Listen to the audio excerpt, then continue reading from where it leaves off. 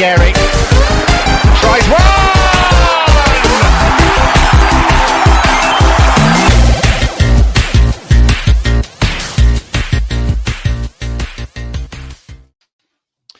Well, there you have it. The season is over, and not in the way that people were saying, when the transfer window ended and someone tore their hamstring. The season's actually over.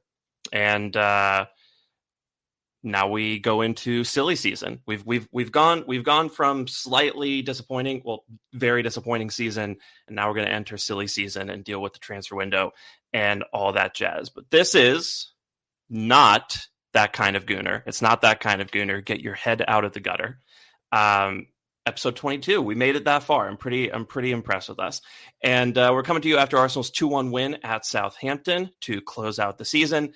And we're going to talk about the Southampton game a little bit, and we're going to touch on, of course, the women's team winning their second Champions League title, champions of Europe. You will never sing that. Every other team in England. And we're also going to do kind of a quick preview of the summer window and kind of how we're feeling heading into that and all that jazz. So, and we have a special guest to do that with us who we'll bring in a second. But I'm Sham. You can follow me on Twitter at Shamsdale. You can follow me on Blue Sky at shamsdale.bskysocial. And with me, of course, is Drew, who you can follow on Twitter at GeeChyKid and on Blue Sky at supplyanddemanddrew.bsky.social. Drew, how are you doing, my friend? Like we talked about, tired, allergy riddled. This time of the year, silly season is my most headache-inducing period of the football calendar. So we'll see how it goes. But yeah, I'm doing pretty good. So. It's going to be great, and Arsenal's going to sign Cristiano Ronaldo, apparently, if Twitter is to be believed. Very, very excited for that. And our guest joining us today, you know him. You've probably listened to him before, and if you haven't, I really encourage you to do so. Joining us today is none other than the founder of Arsenal, Elliot, who you can follow on Twitter. Actually, you can block on Twitter at Yankee Gunner. You can follow on Blue Sky is it Yankee Gunner at arsenalvision.com on Blue Sky? It's just arsenalvision.podcast.com. Yeah. Okay. Yeah. We have to explain the founder of Arsenal, because that is a libel that was put on the screen at the Emirates. And I think it's important that we clarify that it is not actually the case. Yeah. I laughed so hard when that came up. Yeah. I was lucky enough to get the chance to speak to the Emirates crowd at Emirates Stadium just before the final home game against Newcastle, and they put it up on the jumbotrons, the big screens and all that stuff, to talk to them about the fundraising we've done for the Arsenal Foundation in the refugee camp at Zaatari, and it was wonderful to be able to have that opportunity. But as they're transcribing your words onto the screen, the captions, someone sent me a picture where it says, Elliot, founder of the Arsenal, because that's all that fit on the screen. And the next line was Vision Podcast, but it just says Elliot, founder of the Arsenal. And so the good news is I can tell you I have chosen not to buy Cristiano Ronaldo. We're not doing that. It's great. It's just going to be Mbappe this summer. So you'll have to look at that. Mm-hmm. I think I can come to terms with just Mbappe. Yeah. But you'll learn to live with disappointment. Yeah. Well, Elliot, thanks so much for coming on, and thanks for joining us. And by the way, huge congrats for the work that you guys have done with the Arsenal Foundation and the Zaatari refugee camp. I mean, it's truly inspiring stuff. It's work that the club have invested in it. I should say the foundation have invested in it, and really the money that's been invested in it has largely come from our community, the Arscast community, the community of everybody that's given. We've funded 5 years of the Coaching for Life program in the Zaatari camp, where young people, men, boys and girls, get to escape the harsh reality of their life there and be provided resiliency sessions and play football, and through football, make friendships, develop the skills they need to provide for themselves in a way that they're not equipped to do in the refugee camp otherwise. So I don't want to go too deep into it other than to say, we've raised 1.2 million pounds the last 3 years, and it's been an inspiration to see everybody reach in their pockets, especially at a really hard time globally, and support that program. And there are so many causes that need help, but it's powerful to see when you just say, hey, this is the one our club chose, so let's all get behind it. I had the chance to go to the refugee camp, see it firsthand. The work is really powerful. And when you see the badge there in those green spaces in that place, it fills you with a lot of pride. So I wouldn't say that I'm always thrilled with everything the club does, but in this case, I can say I'm unreservedly proud. Yeah. I mean, it's utterly amazing, and just keep up the great work, and for your efforts, you guys were joined at. I promise we'll get to Arsenal stuff in a minute, but you guys are joined at. You got to do some glazing first. Let's glaze the podcast. Here we go. Yeah. Well, you guys are joined at Union Chapel by none other than Mikel Arteta himself. So I kind of wanted to ask before we get rolling, like what was that like? Yeah, I mean, look, it is the case that no one asked him, at least from the podcast, to do it. He found out that the show was going on. They stay at this Hilton in Islington the night before games, and it's very close to Union Chapel. And he was aware of the success of the fundraiser, and I think he recognizes when a community within the Arsenal fan base bands together, and he has this saying, "Make it happen."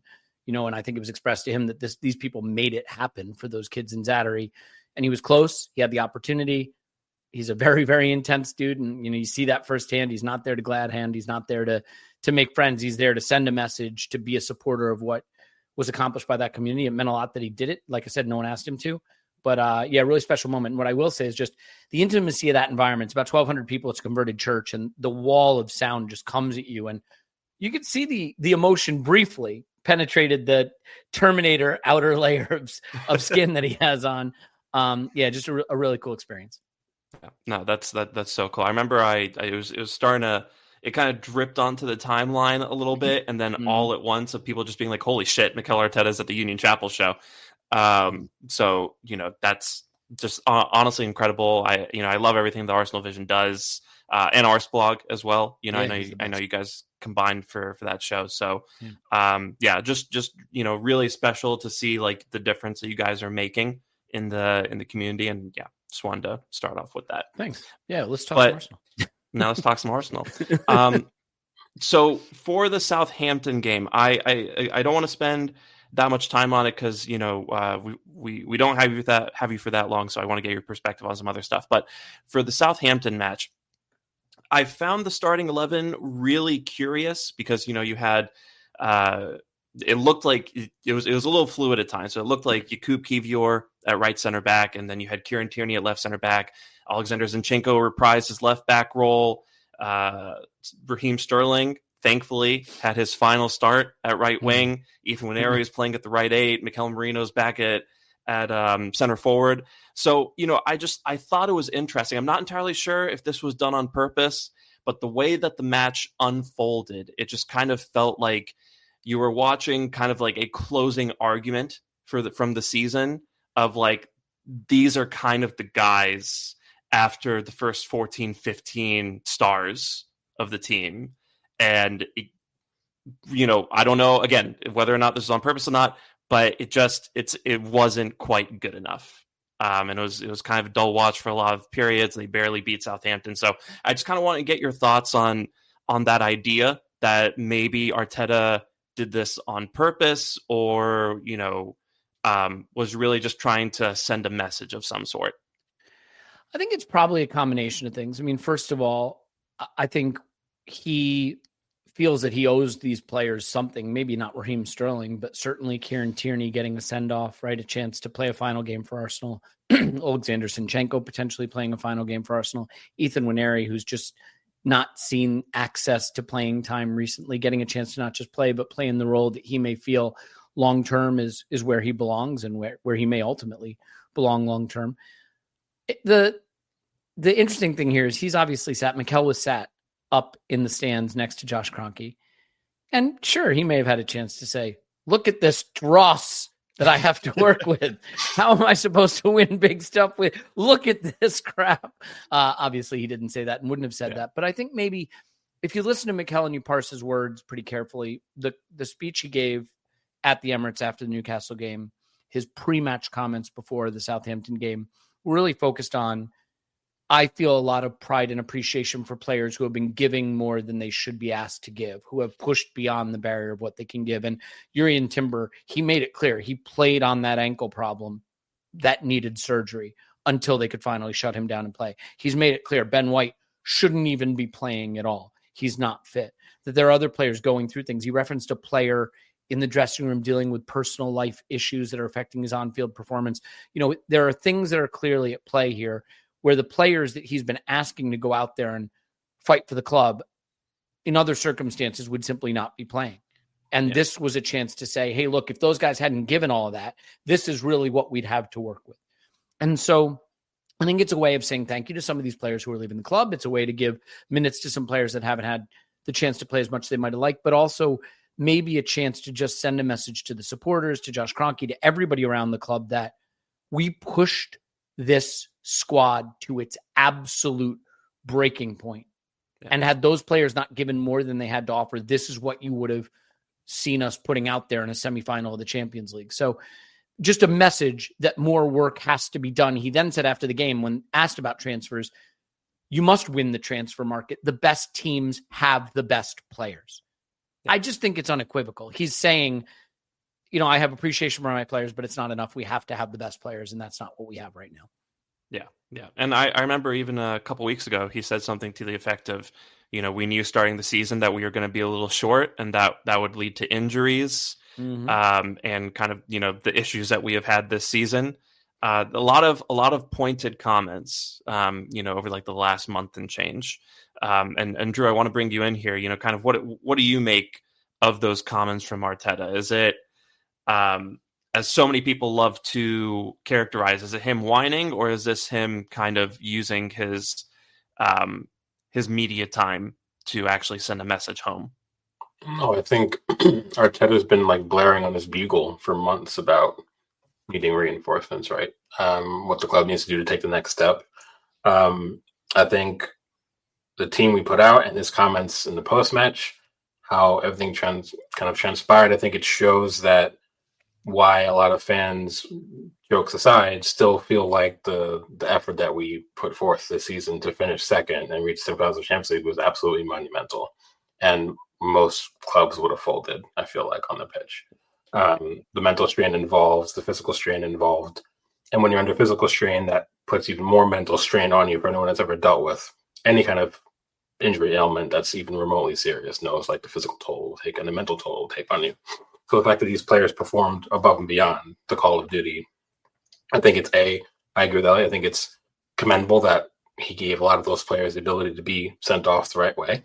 I don't think that he put out a team that was bad just as like sending a message, so to speak, but also I feel like it had that unintended consequence in a good way, because it does show, had we not have made, changes at halftime, had we not changed the shape or how we played, we may have lost to arguably one of the worst teams in Premier League history. It was Premier League on the final day. That's not how you want to end the season.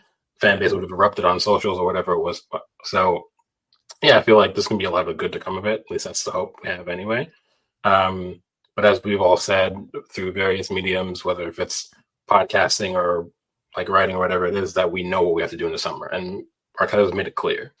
So, and thankfully, because of the way the transfer window works this summer, given the Club World Cup, we might see business done very, very, very early. And as Shem and I were talking about before we were recording, a huge statement would be for us to go out and in the first week of the window, bring in 2 massive names right off the bat. And that would show not just that the club are serious, but it would show the fans. And I think a lot of the fans just want that kind of like that flag in the ground, so to speak. You know what I mean? Like, okay, now we know we can actually be confident that we're going to go out and do it. Whereas opposed to so many fans are just used to the final day, the Raheem Sterling type signings, the Williams of the world or whatever it is. Yeah. It has to be the literal opposite this season. And as I was thinking about today when I was working, because like Liverpool are already moving mad in the transfer window already in a way that I don't think even their fans expected.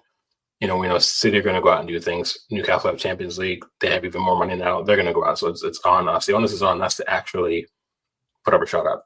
And I think Arteta really kind of made that clear. And that's kind of all that matters to me. Yeah. No, I mean, I think you're absolutely right. Where, like you said, Liverpool are going after Florian Wirtz, and that's City depressing in my world. Yeah.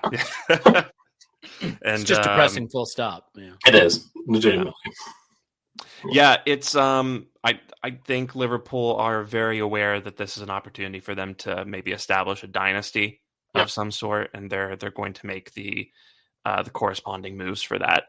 And can I just present a slightly different perspective on that, actually, which is simply, I don't think the time you want to be trying to recruit big name, 150 million pound top tier talent is after Trent, Salah, and Van Dijk have gone, and everybody knows you're in a rebuild and you're nowhere close, right? Trent's just gone. Salah and Van Dijk are still there, but it has to be acknowledged that at some point in the not too distant future, we are going to see them start to drop away and not be able to play at the level they did this season. They've just won the title. They still have Salah and Van Dijk. Now's the time to get that next group of players in who can keep them from imploding when Salah and Van Dijk start to tail off. It wouldn't surprise me if that decline starts as soon as this season. But once you've got Wirtz, right? And then maybe they go out and even make another statement signing. And so as they start to age out of the Salah and Van Dijk era and Trent, they will be hoping that the Wirtz and whoever else they sign era can start to come up. Karakesh and Frimpong. Yeah. Right. And so I think it's really savvy, not in the sense of establishing a dynasty, because I think that the chief load-bearing walls of this dynasty, so to speak, or this era at Liverpool are about to come down, but they're very smart in that they're trying to put in the pillars of the next era in place before these come down. The whole thing collapses and suddenly you're firefighting. I think it's less about dynasty building and more about continuity preparation. I think future-proofing as well. Like if you're future-proofing, so you know that when you lose those huge names, you're going to expect some sort of drop-off, but the drop-off won't be so severe that they're looking at like a United situation or a Spurs situation where they're falling out of not just the top four, but maybe Europe in general. That would be a disaster for them or anybody really. So we kind of, I mean, a lot of people are underwhelmed by what we did last summer, but if what we did was underwhelming, what do you call what Liverpool did? They signed Chiesa and Mamardashvili and loaned Mamardashvili out, and Chiesa is worthless, right? So they really rolled the dice with the core they had, and it came up, whatever it's supposed to come up. What's a good thing to come up? Sevens, I guess. I think so. Yeah, I'm not much came of a up whatever they wanted. It came up Premier League champions, and that's great for them. But I think the seams were starting to show. And last summer they were able to just run it back and get away with it. But I think they recognize that they have a shrinking window to get some new things in place before this era has to be replaced with the next one. I think Arsenal in a very different position, right? Because the core of our team is entering its Klopp slot winning era kind of period right now, where everybody that is a load-bearing wall at Arsenal is 24, 25, 26, 27. So we're trying to get, in a way, we need our Van Dijk signing. Virgil van Dijk was the last piece Liverpool put in place that became the core of this winning group. We need that piece. We just need it at the other end of the pitch. We need our Van Dijk signing, but at forward. And then we keep that group together. And in 5-6 years, hopefully we're talking about, is it time to start continuity preparing for the Saka, Saliba, Gabriel, Odegaard, Rice era to age out? That's hopefully where we're at. Yeah. Yeah. Well, I mean, Saka can get a lifetime contract if he wants, but the others, for sure. Yeah. I don't know. Look, if we win the treble, they can build a Kai Havertz statue for all I care. It's fine. I would be a big fan of that, honestly. Yeah. With that in mind, I guess what are your takeaways entering the summer window, from this season, and kind of just looking around and seeing what other teams are already starting to do? Well, I mean, look, we missed a big opportunity this season. The title was won on 84 points. Liverpool finished on the exact same goals and goals allowed as they did the season before. Now, you could say, had they really needed it, they could have pushed it further. But I could say, had they been pushed, they might have collapsed. So you can cut it both ways. I think, and by the way, I want to just put this up front. Any criticism I'm about to make is countered by the fact that I am fully recognizing that with the injuries we had, we could have signed 3 of the best attackers in world football and still not won the Premier League, because when you lose Saka, when you lose Odegaard, when you lose Gabby, when you lose Martinelli, when you lose Kai, when you lose Jesus, you're probably not going to win the things you want to win. Maybe we would have won the Champions League, but that's another story. But what I would say, we missed a trick because both City and Liverpool had underwhelming last summers, and had we really nailed it and gotten a little lucky with injuries, I think we would very much have been in the catbird seat to win the title. And I think we would have gone on to do it had we stayed fit and added appropriately. Now we find ourselves in the tougher position. City already showed their intent in January, spending $200 million, and I imagine they're going to spend even more this summer. So they are, in my estimation, going to be right back there with a shout next season. And if Rodri is in decent form, they're getting a Ballon d'Or winner back. Liverpool have shown they're not ready to call time on this era. If Salah and Van Dijk are good for another season, you add Wirtz, you add whoever else they buy, they're going to be formidable again. So the window where it looks like it could have been won in a more easy fashion, that went to Liverpool, not to Arsenal.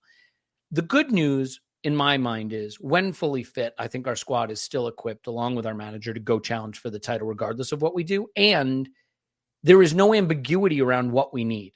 If I think back to the era coming out of Unai Emery when Arteta first arrived, I couldn't have mapped out for you the plan of how we get to where we are now. The hard work's been done.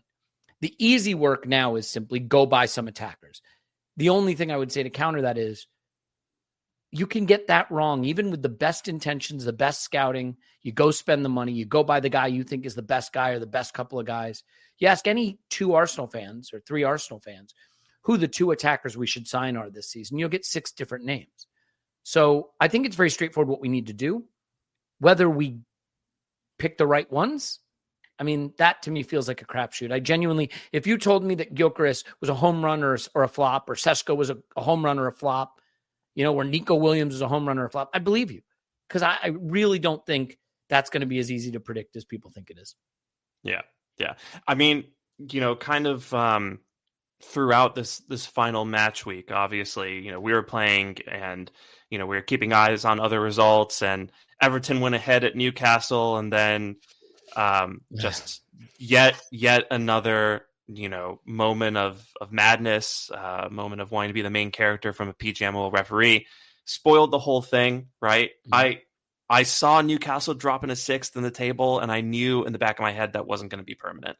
I had welcome Isak posts drafted on Blue Sky and Twitter, and I was just waiting for the full time. But no, sure enough.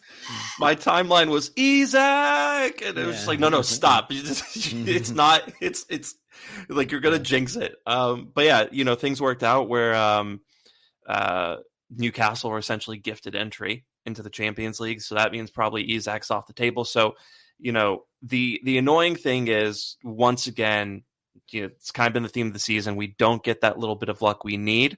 And now we enter a summer where any center forward that we go after is going to have quite a level of risk to them.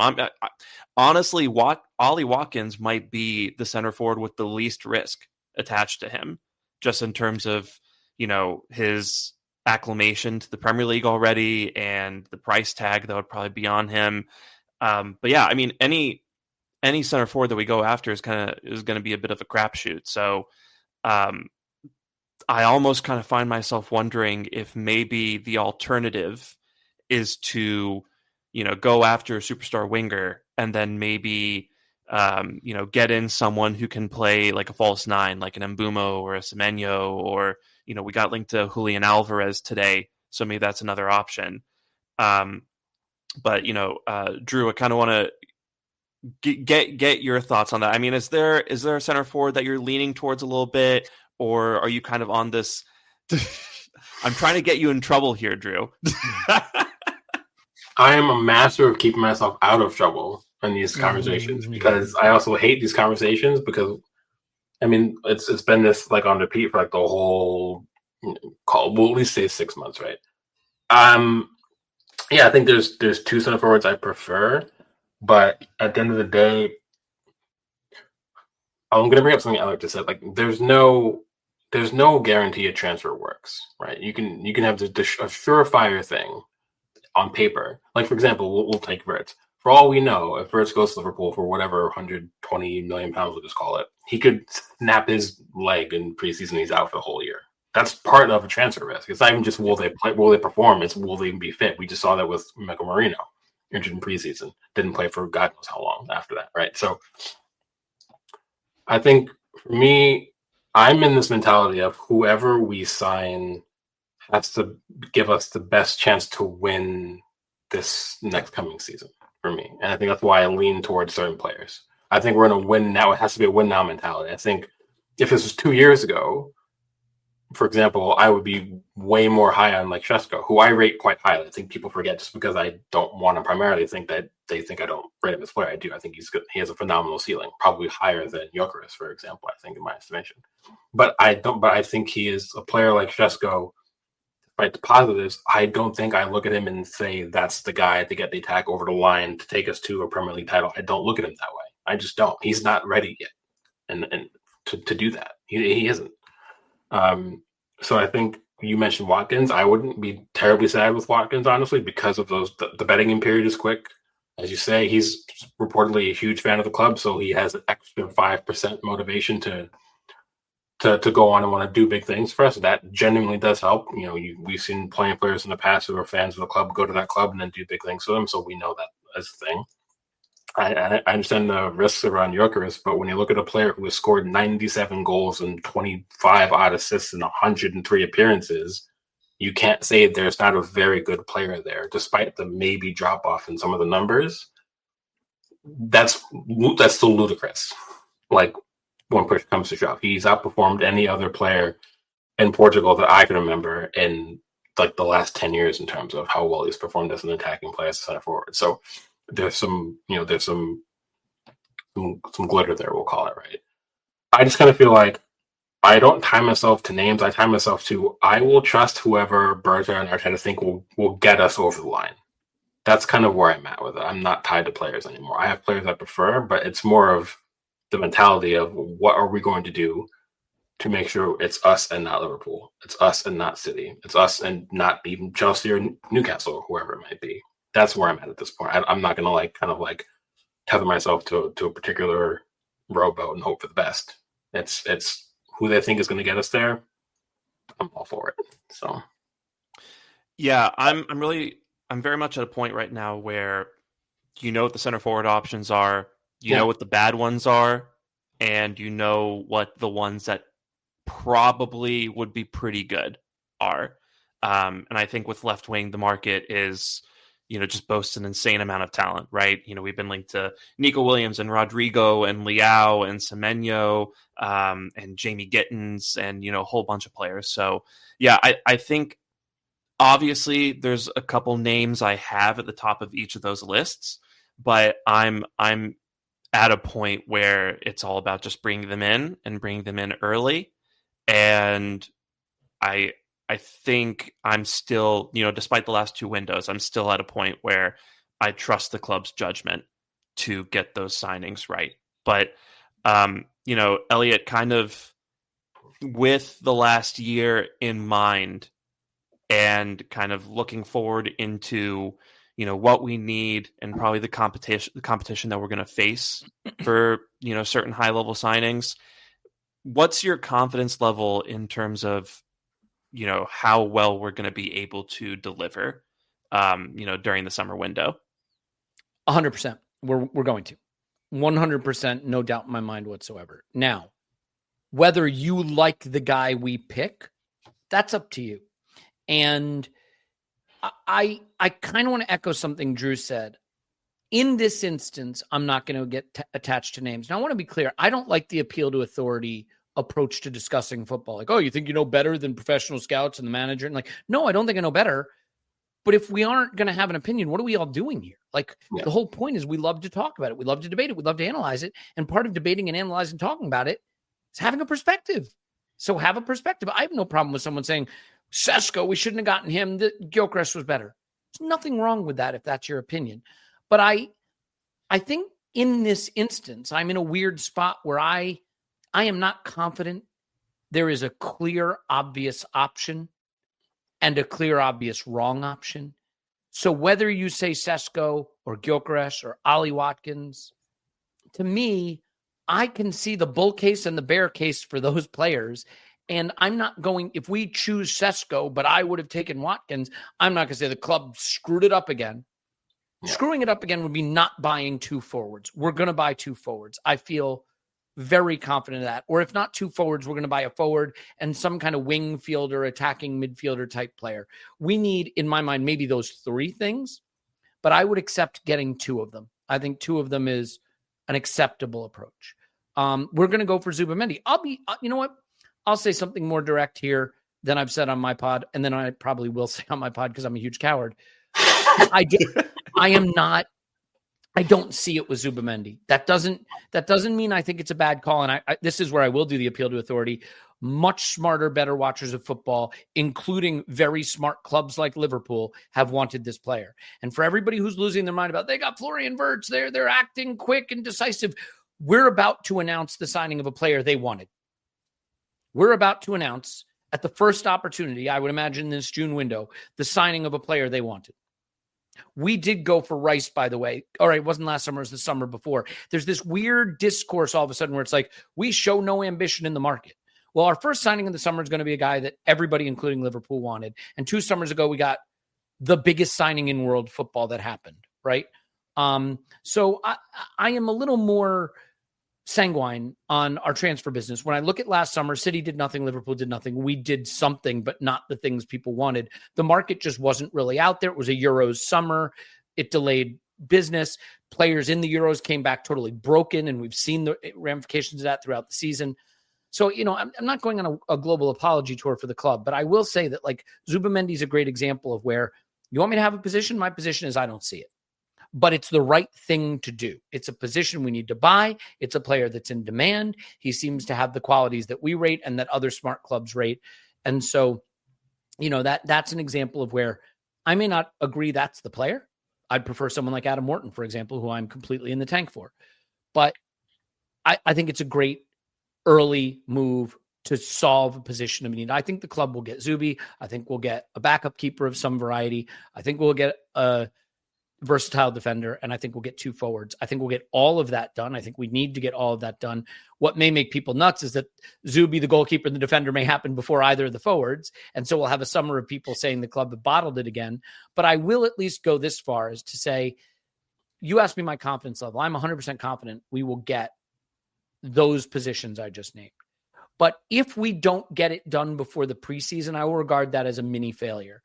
I think not only do we need those forwards in, I think we need them in where they have a full preseason with the club so that we are not talking about, come January, they were both really good. We can't afford that. We cannot afford that. Fully agree. That's a great point. I think we've talked about it before on multiple pods, also kind of in the group chat where for me, the biggest kind of tell of the summer is decisiveness. You have to go and be decisive. And sometimes when you're decisive, you might make a misstep or two in that decisiveness, but at the end of the day, I don't want to pull a history reference, but I'm always good for one. Like, the most decisive generals are the ones that always win, typically. And they'll deal with the mistakes on the fly as they happen. But decisiveness is absolutely key. So this is no it's hard, Drew. So I'll just throw one thing in there where like it's easy for us to sit on a podcast and say they have to be decisive. For the record, Mikel Arteta made the point he wants these players in to have a full preseason. He wants the business done earlier. But let's say you are Berta and Mikel has said, my dream signing is Rodrigo. I'd do anything to get him. Right. And Berta says, look, I think that can happen. But Madrid have some deals and moves in progress. And they are simply not going to sell Rodrigo until they can make an announcement they've signed someone. It's just a thing they need to do for their fans. It's going to happen, but dominoes have to fall, and I'm thinking it's late July or early August. That's what's going to happen. And the fans could be losing their mind, and all along in the background, we could know that Rodrigo is going to shake loose and be available to us. Would you rather have an Mbumo, or a Semenyo than a Rodrigo? Because I wouldn't. Some people might. That's not the point. My point is, this is where it's hard because for any club that's selling someone important, they need to replace. And if in their mind, they need to make sure the replacement is lined up before they authorize the sale, this gets, as we know, gets very complicated very quickly. So it's easy to say it has to get done fast, but the selling club has to know what their continuity plan is too, and that's where it gets complicated. Well, no, I don't agree with that. My point of decisiveness is if we know, so for example, like if we know that, we'll just use Viviani, for example, we know that so much legwork has been done. The minute the window opens, just confirm it, get it done. If it's over the line, go for it. That's what I mean by decisiveness. I know that we're probably still going to be a club that will operate under the guise of if there is a market opportunity, we'll try to pounce on it, like Rodrigo, for example, if that comes, if we don't know what the deal's with that yet. But let's just use that as an example. It's an example, yeah. If it's like 2 weeks in, 3 weeks into the summer and we catch wind of this might be available, but it might be like you said, July, August. I think that's one of those hiccups I was mentioning where you'll transition on the fly to know that, okay, well, this might delay how we actually wanted to run the summer, but it's worth that delay, if you know what I mean, right? But I do think we should be decisive in the things we know we can be decisive in, but with room to maneuver in terms of like nothing goes to plan, right? You know what would be interesting would be like canvass Arsenal supporters and say, would you rather get Sesko June 1st or whenever that mini window opens, or have an 80% chance that you could get Isak August 30th because Arsenal knows something about Isak and knows something about Newcastle, and Newcastle are planning for a future where they can't keep him and they might be willing to let him go, not at the 150, but actually at 95. Like, I guess what I'm saying is, what percentage of Arsenal supporters, for the absolute right guy, the dream guy, would be willing to hold fire and wait and see if it could happen? Because you could convince me that just making a decisive move on a Sesko, for example, getting him in early and going forward with that as a plan is still the right move. But there's only one player I see in world football who I think has even a 5% chance of moving, who plays striker, who I would feel certain makes us the favorite day one, and that's Isak. Yeah, 100%. And so that's where it's, again, hard for Berta. Is Berta trying to shoot the moon, or is he just trying to move the needle? Because here's where Watkins becomes interesting, right? If you think Kai's pretty good and Martinelli's pretty good and Saka's pretty good, and they are pretty good, right? And when Aries coming around, he's going to be good. And maybe you think you can get another good season out of Leo. You sign Ollie Watkins like in June, he's going to be good. He's not going to be unbelievable superstar level, but he's played in the Premier League. He's good. You add him to Kai and Martinelli and Leo and Saka, and and like, you got a pretty good group. So that's where I really struggle. Is the goal to shoot the moon, or is the goal to just add that bit of quality into the group that we're short? And I'd love to know what Berta and Mikel think the goal is from that standpoint, Yeah. And, I say this as a guy who on the previous episode said, I would find it unacceptable if we brought in our best targets on like July 18th or whatever. I'll put on the lawyer hat for a second. Let's do it.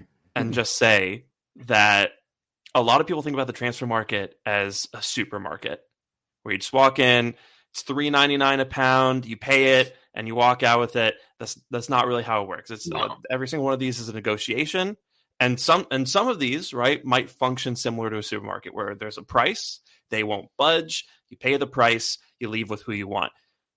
But some of these, like you guys have said, you walk in and you make an offer. Maybe there's a back and forth. Maybe they think someone's going to come in and, a week or two and make a better offer than you're making. Maybe, like you guys have alluded to, they want to get the replacement in. That's going to take some time. They have to go play, in the United States for the Club World Cup, and then they might come back and there's a whole thing, right? So I do accept that there's probably going to be a player or two who just can't arrive, in that supremely timely fashion that we would love. Most of them, however, if it's possible, I do want it to happen that way. And yeah, that Isak scenario, I gotta tell you, I'm not saying we can get Isak. I just think like there are players we could probably get in pretty easily and straightforwardly. But if we thought they were the guys, candidly, if we were convinced Sesko, Gyökeres, or Watkins were the guys, Sesko and Gyökeres could have been gotten last summer and Watkins could have been gotten in January. Yeah. I'm not convinced that they're convinced those are the guys. That doesn't mean they're not good, and it doesn't mean we shouldn't sign them. But like, this is the really hard thing. We have to buy a forward or a couple forwards this window, and I'm not convinced Mikel and Berta know exactly who I'm sure they have a list, and I'm sure they're going to go with it. But if you caught them in a quiet moment, I'm not sure that they wouldn't say to you, we're rolling the dice on this guy. We're not 100% sure, but it's the best we think we can do. Yeah. No, I think we said before that I think the closest surefire thing is Isak. He's the closest you're going to get to like that guarantee, even though there are no guarantees. Yeah, and he's not moving to get to it. Yeah, and I think that's going to be kind of thing. And I think one interesting conversation topic is about how we're going to operate in the summer is But we also know the players that we're maybe not so sure of, but kind of are sure of, are also players that have a lot of interest from other places. So then it becomes, when do you roll the dice? Because if you wait too long, they might go somewhere else, and then you miss out on them. And then also, so if you miss out on Gyökeres and Šeško because maybe you caught wind of maybe Isak is available, then he changes his mind last minute, and then you miss out on 3 targets you wanted. Then we're in a bind, right? So it's like this is weird, like, dance we have to play. It's almost like house hunting, right? Like you're seeing 3-4 houses, you're trying to put bids on them, you're not sure which ones are going to be yet. Like I think it's more of a house hunt than grocery shopping. But I think I've watched United fans fist pump as they signed Antony, as they signed Jadon Sancho, as they signed Rasmus Højlund, as they signed Joshua Zirkzee. And let's be clear, on some of those, I knew they were walking into, or I say I knew, like I knew, I didn't know. I felt they were walking into a disaster, especially Højlund and Zirkzee. We scouted them. I just thought the data in the video was clear. Those players weren't ready for that level. I thought Jadon Sancho was legit.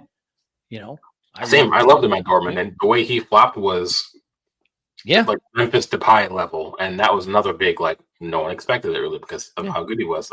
It's true. And that's Anthony's a great example. So you look at it, a team. I mean, if you want to talk about showing ambition, we need to show ambition. United showed a ton of ambition. Antony, Sancho, Højlund, Zirkzee, right? Ambition up the wazoo, and they all failed. And now they're in desperate situation because of it. So showing ambition sounds all well and good, and fist pumping in a signing like Pepe, like Antony, that feels great in the moment. When it flops, it's a disaster. And so I don't know that I want the club to just show ambition. I want them to get it right. And this is where I feel for them. If there isn't a player out there they're sure is the one they want, they're going to feel a lot of pressure to just get someone. And just getting someone can land you in a hell of a lot of trouble. And that's why clubs like City and Liverpool, for example, did basically nothing last summer. Because I don't think anybody felt completely sure of what was out there, Yeah. That's a fair point.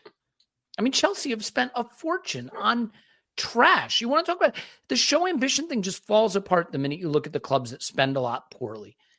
Showing ambition isn't just spend a lot. Showing ambition is actually what Liverpool do, to their credit, which is understand the market and make really smart purchases when the obvious option is there. And the obvious option sometimes is 120 million on Verts, but sometimes it's 30 million on Mohamed Salah.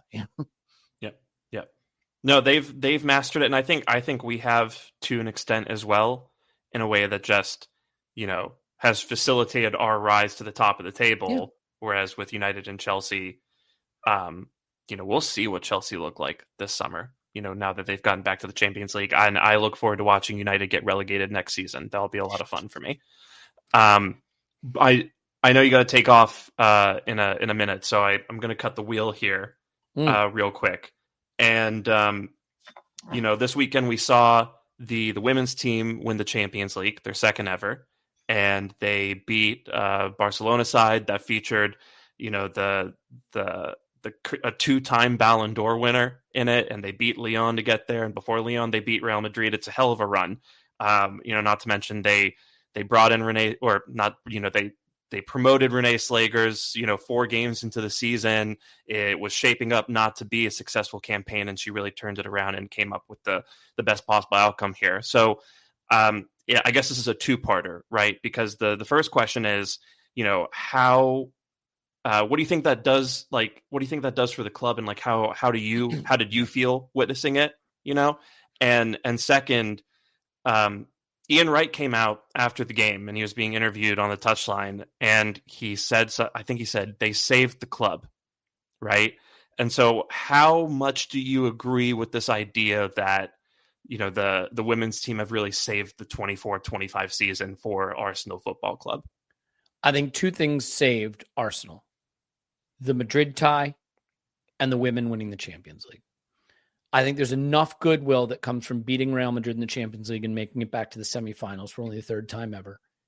And the women winning the Champions League, giving the club something to feel positive about. Even if not everybody who supports Arsenal is a big supporter of the women's team, it is a big achievement that the club can feel proud of, and just adds that little bit of positivity, good vibe. Seeing a trophy being hoisted up, at the Emirates at the end of the season. It's those 2 things, I think, have helped keep the club on relatively stable footing in terms of the mood. Now, I will say, and I'll relate this back to when Mikel came to Union Chapel, the intensity of that greeting reminded me that while the online narratives are starting to shape our world in powerful and distorting and scary ways, not just in football, but all areas of society, they still are overrepresented because of the way algorithms are programmed to promote the most divisive and engagement baiting content. And then you get out in the real world and you realize you've been talking to trolls, to children, to fake accounts, to people that are just clamoring for engagement. And by the way, that I want to be clear, just so that I'm not misunderstood. I'm not saying if you're frustrated with Mikel Arteta, you're frustrated with Arsenal, you're a troll and you're engagement baiting. I'm simply saying that the extent to which the club was potentially headed for a crisis, I think, is overstating the reality of what I experienced when I go to the Emirates, when I engage with people, when I saw the reaction Mikel got at Union Chapel, for example. So that's one thing I'll say. The other thing I'll say is, look, I nearly teared up when they won it. And I think one of the reasons it was so moving is just simply that I had written them off as having a chance, because that's how much I regarded Barcelona as being the obvious winner of this game. So it was a stunning outcome. But it snapped me back to reality a little bit, just on, okay, look, I can get my head pretty far up my own ass about the process and the project, and it's about the journey, and that all sounds good. But it reminded me that it's also kind of about the trophies. Now, here's what I'll say. It's about that trophy. And it's about the Premier League trophy, because I lived through Mikel winning the FA Cup, and I lived through Arsene Wenger winning those last couple of FA Cups when nobody felt good about the club, the direction of the club, the team we had. So let's not pretend that an FA Cup salvages a season if you're miserable with the team and miserable with the direction. I think that's misleading. But the Champions League and the Premier League are what we want. And it is a stain on the reputation of the club that we have not won it on the men's side. It is a beautiful thing for the women that they've now done it twice. It is ridiculous that a club the size of Arsenal have not won the Premier League in 21 years. So yeah, winning a trophy snapped me back a little bit to reality that you can't just have your head up your ass, sniffing your own farts, talking about the process and projects and the trajectory and the journey forever. You got to win something. I know that. Just in terms of what I experienced, not in the context of the men, but just in context of the women doing it, I think seeing what Arsenal have built as a club that represents women's football the way it does is something we can be hugely proud of. It is a wonderful, I would say, aspect of how the club is viewed globally. When we can fill up the Emirates to watch the women play, it just shows the intensity of the passion of it. And here's the thing. It's not a trick. This is real. This is organic. You see this, Pink Street in Lisbon. You see the crowd outside the Emirates. Women's football is here to stay. It's real, and it's high-quality football that's enjoyable to watch. That tie, that Champions League final was an exceptional advertisement for the sport in terms of the tactics, the talent, the adversity, the dark arts. It was all there, right? The pantomime stuff that went on. You saw incredible quality at both ends. You saw impactful substitutions. I loved it. I thought it was sensational. I have to say a word for Leah Williamson, who's come on our pod to talk about the fundraiser. She's been in Zaire refugee camp. She's an incredible representative of Arsenal Football Club in England at the national team level, a wonderful human being. And I thought she was sensational in that game. And what a moment for her. I mean, there were a lot of players that performed brilliantly under the most intense pressure. But, for Leah, I think a really special moment. So, look, I loved it. It meant a lot to me. It snapped me back to the importance of winning one of these and what it would mean if the men could go ahead and equal that. I just feel like as a club, we're in the right direction. The women's team is one of the biggest in the world, and it's doing amazing things. The men's team is back at the table competing for the things we want to win. And you can very easily let it slip away by chasing, that last step, or getting worried about whether you should compare your season to a team that lost 22 times in the Premier League. So, yeah, man, I loved it. I loved it for the women. I loved it for the club. I loved it for the people like Tim Stillman, who does our pod with us, who has just been a huge follower of the women's game and covering the women's game for a lot of years. And it's just going to make the club bigger. It's going to make the sport bigger. And I think it's going to be even more enthusiasm behind it next season. So all good things all around. Yeah. Yeah, no, I mean, it was absolutely phenomenal to watch. I'll admit, I've maybe watched 6 or 7 of the women's games this season, right? But I was watching that final and my leg was bouncing like crazy, which I don't do. I'm very conscious of that kind of behavior. But my wife is sitting there next to me and she was like, I think it's really sweet that you're watching this game. And I was like, what are you talking about? I'm watching Arsenal like life and death.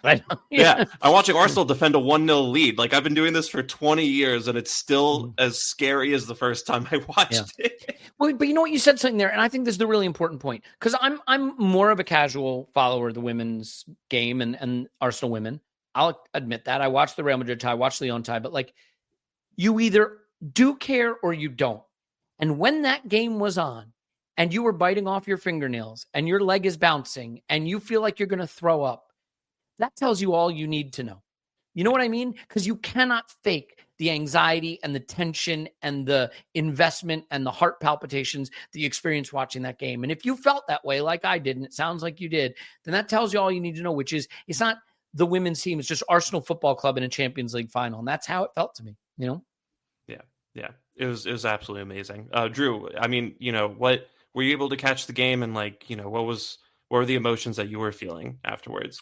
I was working for the game and we were doing live blog about it, so got to watch it. No, I think I agree with what you guys are saying. I think this is maybe the difference between, I make sure I don't lump in broader fan bases and compare them to broader fan bases. But what I will say is, I think only now we're starting to see like true support for the women's game in England. But if you go to other countries, like, those fans still, like, Barcelona Femenino are massively supported by Barca men's fans. It's the same view. It's not Barca Femenino, it's not Barca, it's Barcelona, period. Like, full stop.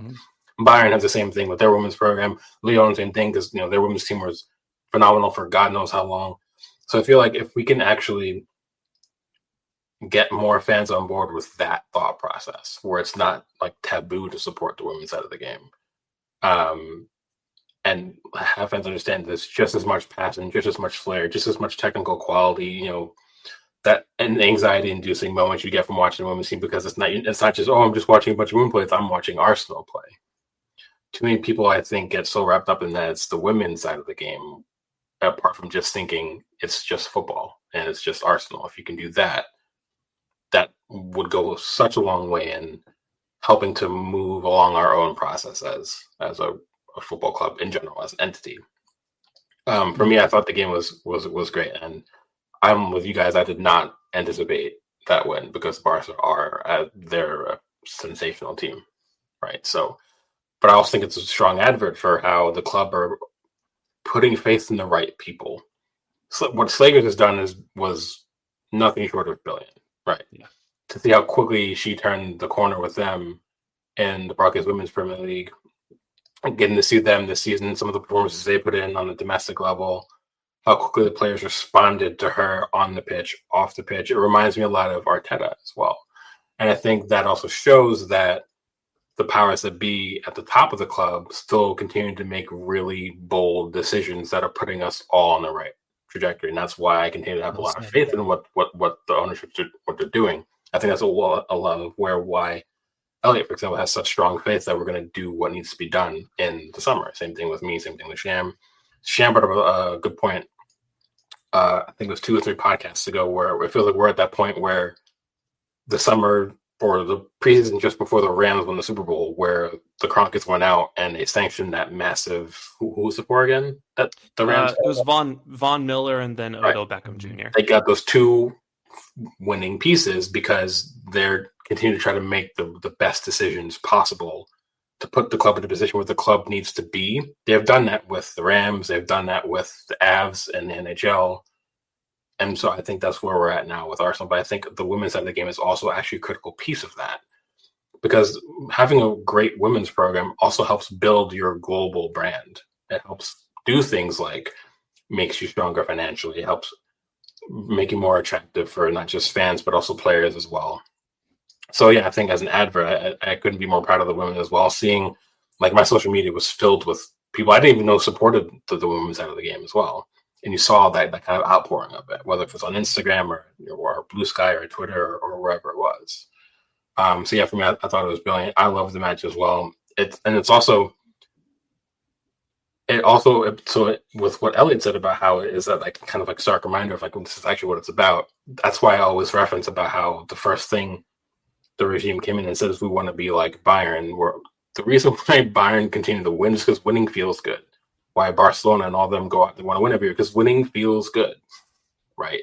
That's the whole point of the sport. And as much as I don't think winning has to be the core identity of your team, I think the core identity of the club has to be more than just, did we win a trophy this season? But you still want to go out and make yourself a team that competes to do that year in, year out. I think winning on the women's side will serve as motivation for the men as well. I think that's kind of what matters to me too. So, yeah, for sure. All I know is that if anyone ever talks shit about Katie McCabe in front of me, I will fight them. So. Fair enough. I'll tell you what, let's wrap it up there. I know we've gone a little bit over the time here. Elliot, again, thank you so much for taking the time and coming on board to chat with us. It really does mean a lot. Yeah, my pleasure. We'll get together at the end of the window, maybe, and review whether all this optimism I had was just me being a complete idiot, and we can sharpen our pitchforks together and book tickets to go to the Emirates. Let's do it. I'm down. I'll meet you on a connecting flight or something. You can follow Elliot. I keep messing up the catchphrase. You can block Elliot on Twitter at Yankee Gunner, and you can block him on Blue Sky at ArsenalVisionPodcast.com. I'm Sham. You can follow me on Twitter at Shamsdale and on Blue Sky at Shamsdale.bsky@social. Drew's at Geechee Kid on Twitter and at Supply and Demand Drew.bsky@social on Blue Sky. And then the pod. You should follow us on Twitter and Blue Sky and on Instagram and subscribe on YouTube. We're also on TikTok now, so check that out. All the handles and stuff are in the show notes, so check those out. If you're listening on Spotify, please do, and Apple Podcasts, please do leave us a 5-star review. That really does help. And just thank you so much for being here with us this season. We're going to keep the content rolling throughout the postseason, and we'll talk about transfers. We'll do some reviews, some all-time draft episodes. That'll be fun as well. So please do stay tuned. But until then, we'll be back with you after Arsenal. What's the next letter? C. Caramelize the transfer window. I don't know. I'm tired, man. But yeah, until then, take care and bye. Bye.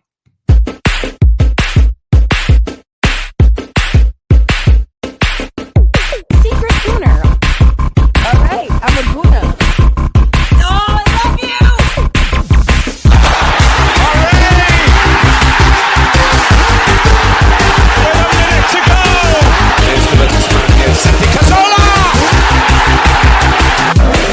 Saka! That is a goal! Ranieri